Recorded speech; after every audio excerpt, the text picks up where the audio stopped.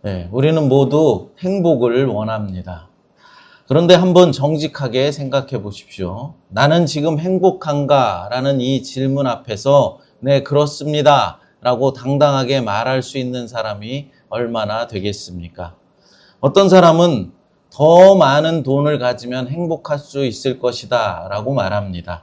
또 어떤 사람은 내 자녀가 잘 되기만 한다면 나는 행복할 것이다 라고 말하는 사람도 있습니다. 건강만 회복되기만 한다면, 내가 건강하기만 하다면 또 문제가 해결되어지면 행복할 수 있을 것이다 라고들 말합니다. 그래서 우리는 끊임없이 무언가를 더 얻기 위해서 달려갑니다. 그런데 이상한 것은 그렇게 애써 얻은 것들이 우리를 오랫도록 행복하게 만들지 못한다라는 사실입니다. 분명히 원하던 것을 얻었는데도 마음 한켠에서는 여전히 채워지지 않는 빈자리가 남아 있습니다. 왜 그럴까요? 혹시 우리가 생각하는 행복과 하나님이 말씀하시는 행복이 서로 다르기 때문은 아닐까요? 혹시 우리는 결과만을 붙잡고 있고 하나님은 전혀 다른 곳을 바라보고 계신 것은 아닐까요? 오늘 본문에는 한 여인이 등장합니다. 오랫도록 고통 속에 살다가 마침내 인생의 가장 큰 소원을 이루게 된 사람입니다. 그런데 놀라운 것은 그 소원을 이루고 난 이후에 이 여인이 보여주는 선택입니다. 보통 사람이라면 붙잡고 싶어 할 것들을 내려놓고 보통 사람이라면 지키고 싶어 할 것들을 하나님 앞에 내어드립니다. 그리고 바로 그 순간 성경은 우리에게 진짜 행복이 무엇인지를 조용하지만 분명하게 보여주고 있습니다. 사랑하는 여러분, 과연 어떤 인생이 가장 행복한 인생일까요? 오늘 말씀을 통해서 우리가 지금까지 생각해왔던 그런 행복의 기준이 아니라 하나님이 말씀하시는 참된 행복의 길을 함께 발견하는 그런 시간이 되었으면 좋겠습니다. 첫째로, 은혜를 아는 성도는 행복합니다. 본문 19절을 같이 읽어보겠습니다. 그들이 아침에 일찍이 일어나 여호와 앞에 경배하고 돌아가 라마의 자기 집에 이르니라. 엘가나가 그의 아내 한나와 동침하매 여호와께서 그를 생각하신지라. 아멘. 이 말씀에 보면은 여호와께서 그를 생각하신지라 라고 말씀하고 있습니다. 여기서 생각하셨다라는 이 말은 단순히 한번 떠올리셨다라는 그런 의미가 아닙니다. 히브리어로 자카르라는 이 단어는 마음에 깊이 기억하고 실제로 행동으로 응답하신다라는 그런 뜻입니다. 그러니까 하나님은 한나를 잊고 계셨다가 어느 날 갑자기 기억하셨던 것이 아니라 이미 그녀의 고통과 눈물을 다 알고 계셨고 그 기도를 마음에 새기고 계셨다가 가장 정확한 때에 응답해 주셨다라는 것입니다. 당시 이스라엘 사회에서 자녀가 없다라는 것은 아쉬움의 문제를 넘어선 것이었습니다. 특히 여인에게 있어서 불임은 수치와 고통이었고 그리고 사회적 멸시의 대상이었습니다. 한나는 오랫동안 그 고통 속에 살아가고 있었고 조롱까지 당해야만 했습니다. 그런데 하나님께서 그 한나를 생각하신 것입니다.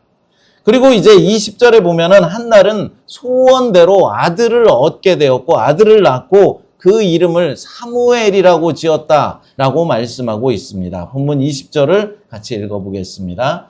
한나가 임신하고 때가 이름에 아들을 낳아 사무엘이라 이름하였으니 이는 내가 여호와께 그를 구하였다 함이더라. 아멘. 한나가 임신하여서 이제 아들을 낳았는데 그 이름을 사무엘이라고 지었다라고 하고 있습니다.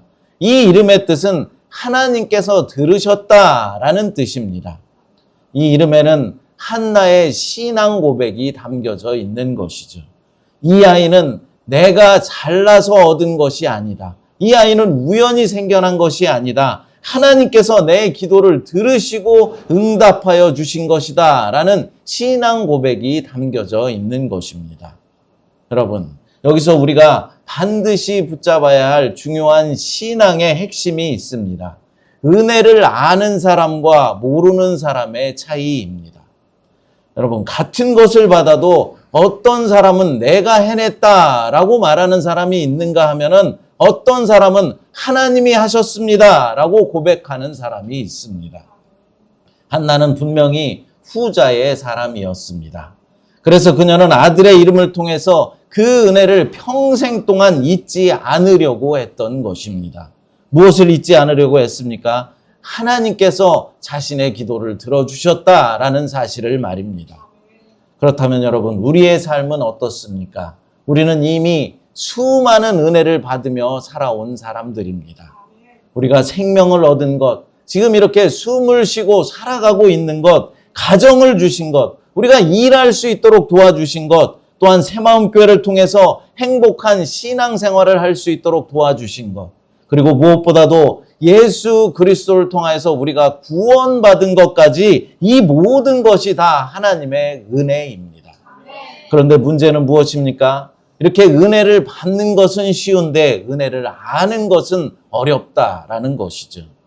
우리는 금방 잃어버립니다.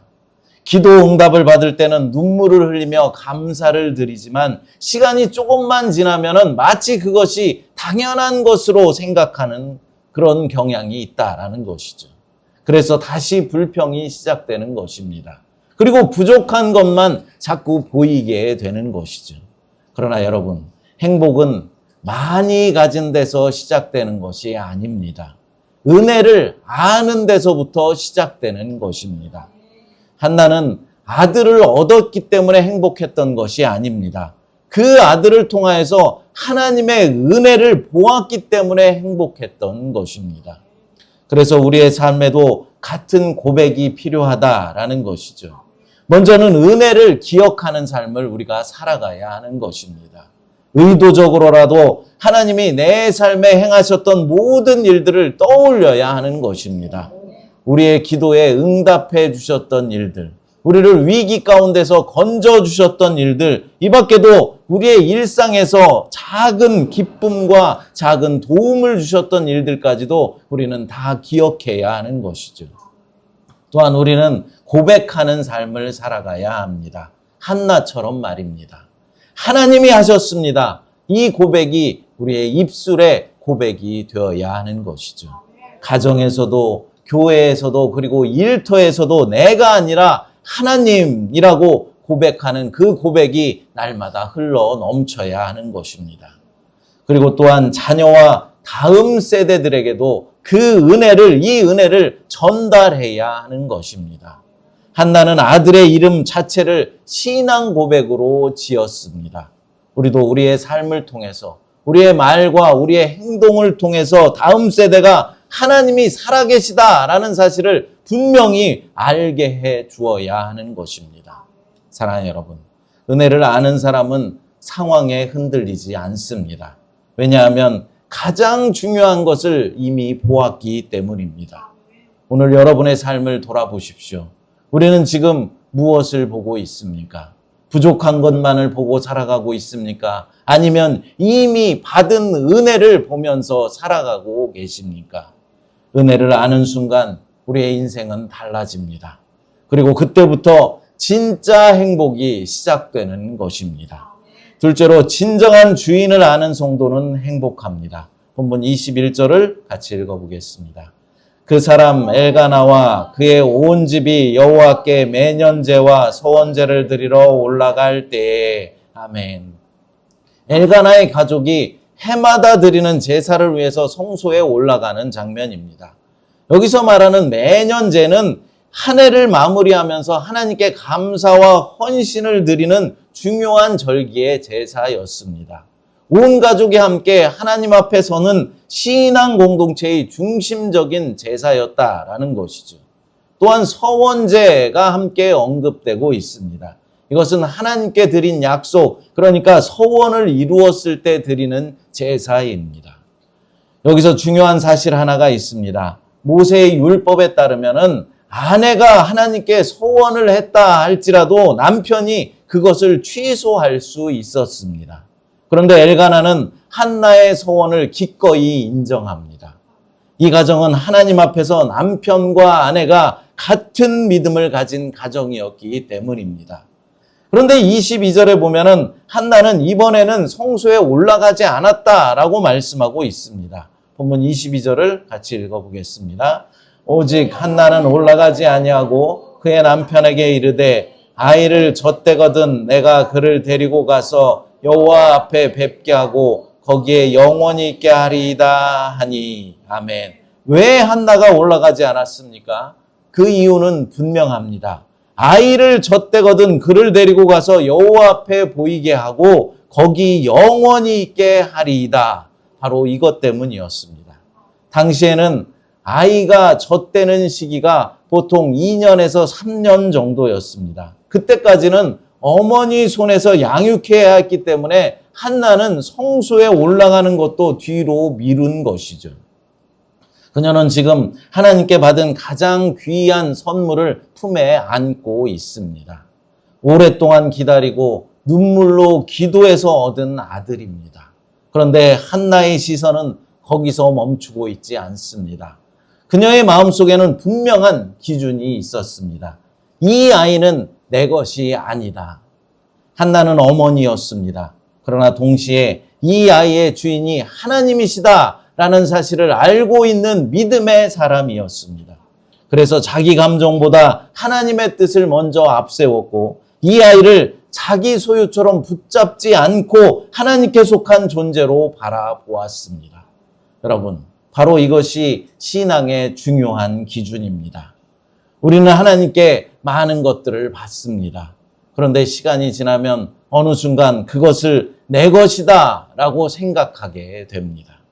처음에는 하나님이 주셨습니다 라고 고백하지만 시간이 지나면 어느새 이것은 내 것이다 라고 생각하게 되는 것입니다. 기도할 때는 하나님을 의지하지만 응답받은 후에는 마치 하나님이 없어도 살아갈 수 있는 사람처럼 그렇게 행동하며 살 때가 많습니다. 그러나 성경은 분명히 말씀합니다. 우리가 가진 모든 것은 하나님께서 우리에게 잠시 맡겨주신 것이다 라는 것이죠. 우리의 생명도 건강도 우리 자녀들도 내 시간도 물질도 모든 것은 다 하나님께로부터 온 것입니다. 내 것이라고 생각하는 순간 우리는 이미 하나님을 내 삶의 자리에서 밀어내고 있는 것입니다.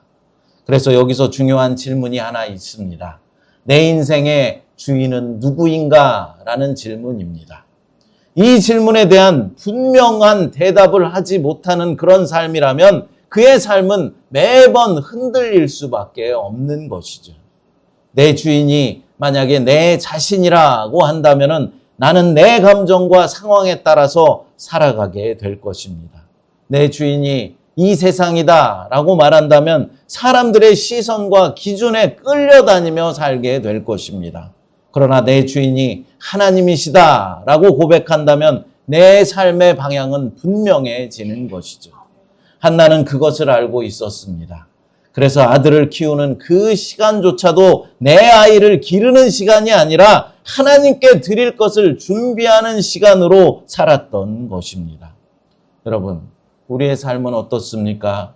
우리는 지금 무엇을 붙잡고 살아가고 있습니까?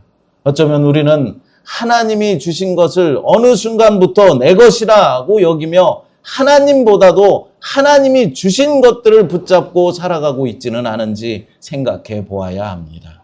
그러나 여러분, 행복은 내가 많이 소유할 때 오는 것이 아닙니다.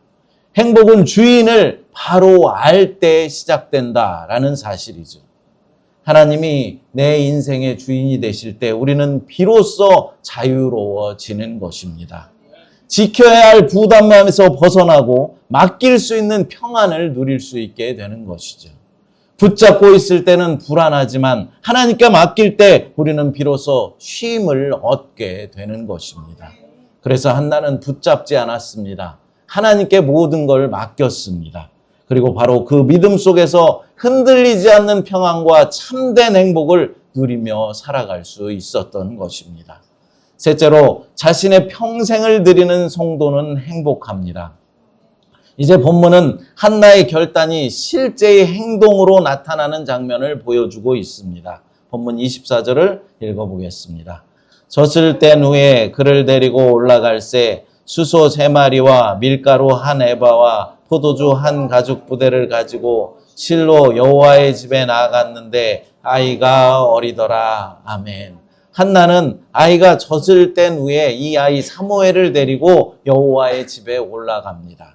그런데 한나의 손은 빈손이 아니었습니다. 수소셋과 가루 1에바 그리고 포도주를 가지고 올라갔습니다. 이것은 그저 찾아가는 일이 아니라 하나님께 드리는 예배였고 소원을 이루는 거룩한 순간이었습니다.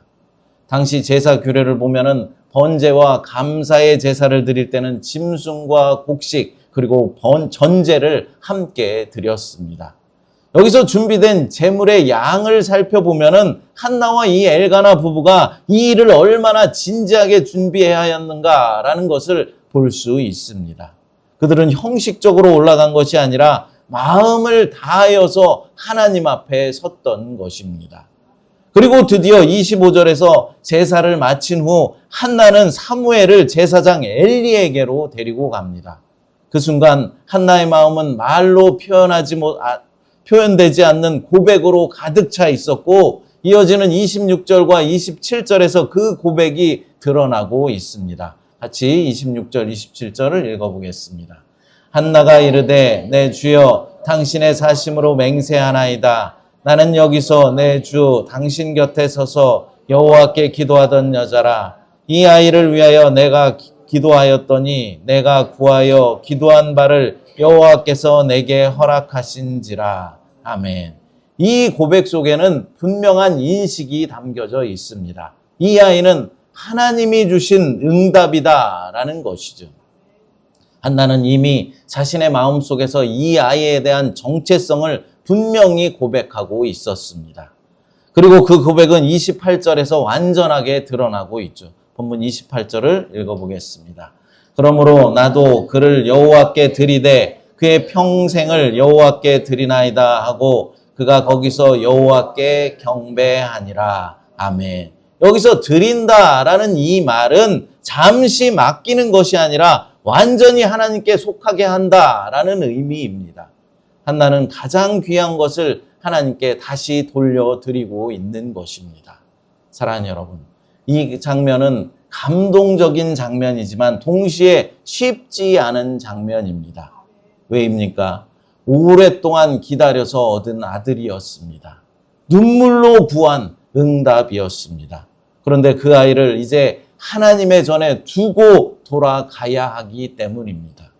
그 길을 내려오는 한나의 마음이 어땠겠습니까? 성경은 그 감정을 길게 설명하지 않습니다. 대신 한 가지를 분명하게 보여줍니다. 한나는 후회하지 않았다라는 것이죠. 한나는 망설이지 않았습니다. 왜 그럴까요? 그녀에게는 이미 분명한 기준이 있었기 때문입니다. 모든 것은 하나님께로부터 왔다. 그러므로 하나님께 드리는 것은 마땅하다라는 이 고백이 한나의 중심에 자리 잡고 있었기 때문입니다. 여기서 우리는 신앙의 깊이를 볼 수 있는 것이죠. 은혜를 아는 것에서 멈추지 않았습니다. 주인을 아는 것에서 끝나지도 않았습니다. 그 고백이 결국 삶의 드림으로 이어지게 되었던 것입니다. 말로만 하나님이 나의 주인이십니다 라고 고백하는 것이 아니라 삶으로 그것을 보여준 것입니다. 한나는 아들을 드렸습니다. 그러나 하나님은 우리 각자에게 다른 모습으로 오늘 말씀하십니다. 어떤 사람에게는 하나님께 드릴 것이 시간일 수 있습니다. 어떤 사람에게는 물질일 수도 있습니다. 어떤 사람에게는 삶의 방향일 수도 있습니다. 중요한 것은 이것입니다. 나는 지금 무엇을 붙잡고 있는가? 그리고 하나님께 맡겨드리지 못하는 것은 무엇인가? 신앙은 붙잡는 데서 자라지 않습니다. 내려놓을 때 깊어지는 것이죠. 한나의 삶을 가만히 보면 그녀는 잃은 것이 아니라 오히려 더 깊은 것을 얻었습니다. 아들을 하나님 앞에 드렸지만 그 과정 속에서 하나님을 더 깊이 알게 되었고 하나님과 더 가까워졌습니다. 그리고 하나님은 그런 한나를 외면하지 않으셨다라는 사실이죠. 이후에 하나님은 그녀에게 더 많은 자녀를 허락해 주셨습니다. 사무엘상 2장 21절을 같이 읽어보겠습니다. 여호와께서 한나를 돌보시다 그로 하여금 임신하여 세 아들과 두 딸을 낳게 하셨고 아이 사무엘은 여호와 앞에서 자라니라. 아멘. 그렇습니다. 한나는 사무엘을 하나님 앞에 바친 이후에 하나님께서 다시 은혜를 베풀어 주셔서 아들 셋과 딸 둘을 더 허락받을 수 있었습니다. 이 말씀의 흐름을 보면 중요한 의미가 있습니다. 하나님은 한나가 드린 것을 빼앗아 가시는 그런 분이 아니라 그 드림을 기뻐하시고 오히려 더 풍성하게 채워주시는 분이라는 사실을 확인할 수 있습니다. 그러나 여러분, 그것보다도 더욱더 중요한 것이 있죠. 한나의 인생 자체가 하나님께 드려진 삶이 되었다라는 사실입니다. 그렇습니다.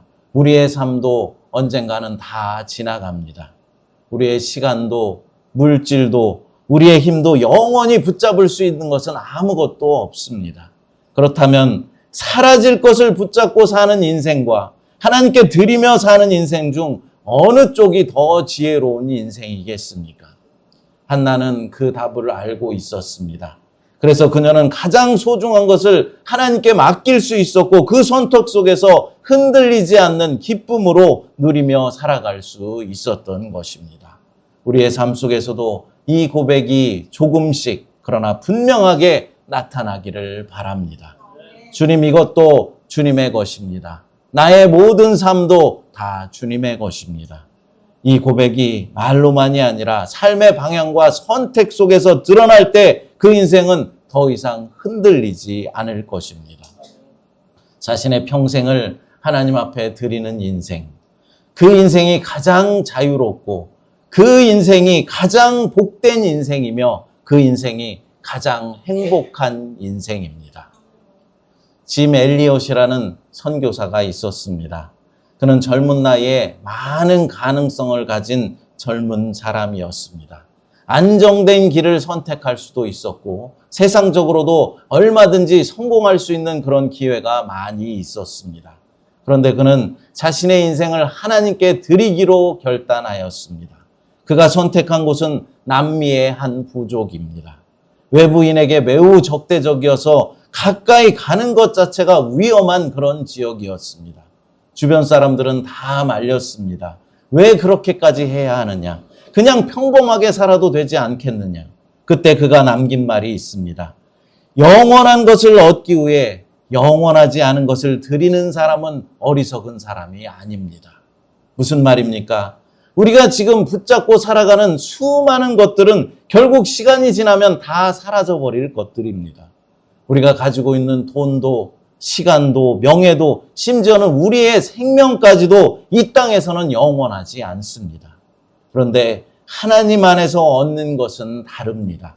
하나님과의 관계, 영원한 생명, 한 영혼의 구원과 같은 것은 결코 사라지지 않는 영원히 남는 것들입니다. 그래서 그는 이렇게 믿었습니다. 결국 사라질 것을 하나님께 드리고 결코 사라지지 않을 것을 얻는 삶이라면 그것은 결코 어리석은 선택이 아니다라는 것이죠. 이 믿음이 있었기 때문에 그는 자신의 젊음과 시간 그리고 삶 전체를 기꺼이 하나님께 맡길 수 있었습니다. 그리고 그는 복음을 전하다가 젊은 나이에 그만 생명을 잃게 됩니다. 겉으로 보면 모든 것을 다 잃은 것처럼 보입니다.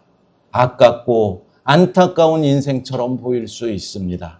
그러나 그 이후에 그의 아내와 동역자들이 계속해서 그 땅을 섬겼고 결국 그 부족 가운데 복음이 전해지게 되었습니다. 그 부족은 실제로 에콰도르 아마존 지역의 아우카라는 부족입니다. 짐 엘리엇 선교사, 이 한 사람의 드림이 수많은 생명을 살리는 통로가 되었던 것입니다. 사랑하는 여러분, 이것이 바로 하나님께 드려진 인생입니다. 붙잡는 인생이 아니라 맡기는 인생, 내 뜻이 아니라 하나님의 뜻에 따라 살아가는 인생. 이것은 겉으로 보면 손해처럼 보일 수도 있지만 하나님의 시선에서는 가장 가치 있는 인생인 것입니다. 오늘 우리에게도 같은 질문이 주어지고 있습니다. 나는 무엇을 붙잡고 살아가고 있는가? 나는 정말로 하나님께 내 삶을 온전히 드리고 있는가? 모든 것을 한 번에 다 내려놓으라라는 말은 아닙니다. 그러나 분명한 방향성은 우리가 가지고 있어야 한다라는 것이죠. 주님, 제 삶은 주님의 것입니다. 이 고백이 우리의 선택 속에, 우리의 삶의 방향 속에 드러나게 되기를 간절히 바랍니다. 그렇게 살아가는 인생, 하나님께 드려진 그 인생이 결국에는 가장 후회 없는 인생이고 가장 의미 있는 인생이며 가장 행복한 인생이 되는 것입니다. 오늘 우리가 내려놓지 못하는 그것 하나를 하나님께 맡겨드리는 그런 결단이 있게 되시기를 간절히 축복합니다. 하나님 아버지 감사합니다. 오늘 말씀을 통해서 우리의 삶을 다시 주님께 드리게 하시니 감사합니다. 한나처럼 은혜를 기억하며 우리의 평생이 주님의 영광을 위한 삶이 될 수 있도록 하나님 인도하여 주시옵소서. 이제 우리 각 성도들의 삶 가운데 결단한 마음을 붙들어 주시고 흔들리지 않도록 주님의 나라에 갈 때까지 끝까지 하나님 앞에 모든 것을 맡겨드리는 그런 삶을 살아갈 수 있도록 하나님 인도하여 주시옵소서. 거룩하신 예수님의 이름으로 기도드리옵나이다. 아멘.